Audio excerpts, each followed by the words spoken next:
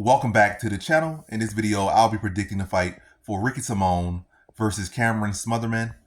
And how do I feel about this one right here? I'm going low confidence Ricky Simone to beat Cameron Smotherman.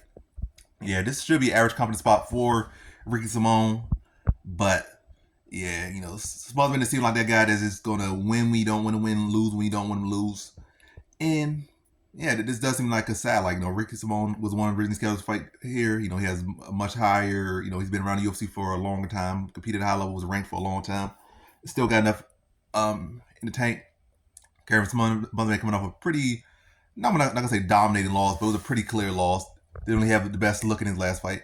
And it seemed like a spot Ricky Simone should win, it seems like. And the one fight that Smotherman did win inside the UFC was on short notice. Against another solid fighter in Jake Hadley. But Jake Hadley nowhere near the stature of Ricky Simone. Then or now. Currently. I'm saying what he'll do in the future. But currently, Ricky Simone still has accomplished a lot more than Jake Hadley has ever had. And, he coming off a win after a long, lengthy losing streak. But, yeah. Yeah, what I'm going for it was about the Jack Hadley point I brought up.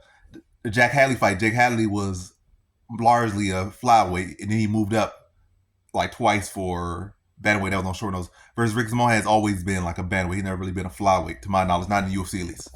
So that would probably play the factor. Like Cameron Smotherman dealing with a smaller man, and then allowed him to thrive. Whereas Ricky Simone will be a true bantamweight.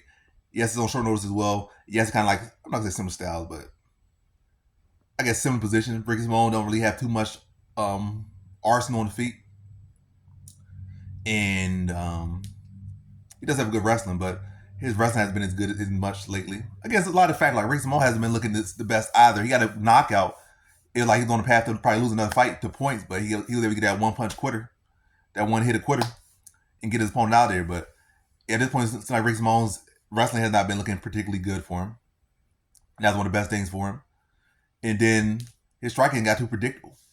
So this fight's very wide open. Like if Smotherman could stuff the takedown, he could deal with the power. He can also outpoint Ricky Simone. Matter of fact, it seemed like it would be easier to outpoint Ricky Simone, who is looking for that big power shot. But then again, Smotherman got questionable defense, and he has been knocked out before. So it's a lot of concerns. And also, Ricky Simone does have power for 15, 25 minutes if needed. So Smotherman makes one mistake, he's in there with a big hitter, a true bantamweight who can put his lights out and has fought at an elite level for a long time. But yeah, this should be a fight that Ricky Simone should win. But Smotherman, again, is one of annoying figures who he has a lot of talent. He's still young enough. He could hit the switch and all of a sudden he could find himself on a 3-5 win streak starting with this fight, whether it be a split decision. So I'll pick Ricky Simone, but I'm not putting no good confidence, and I'm not putting no bets on him. I'm telling y'all right here. But Ricky Simone, this fight, he should win. I'm picking him to win, not betting to win. I think his experience will get him through. I think he'll land big shots. I think he'll be to get his takedowns going, and the Smotherman will just be behind the ball a little bit and lose a decision here. So in this one, I got Ricky Simone via decision.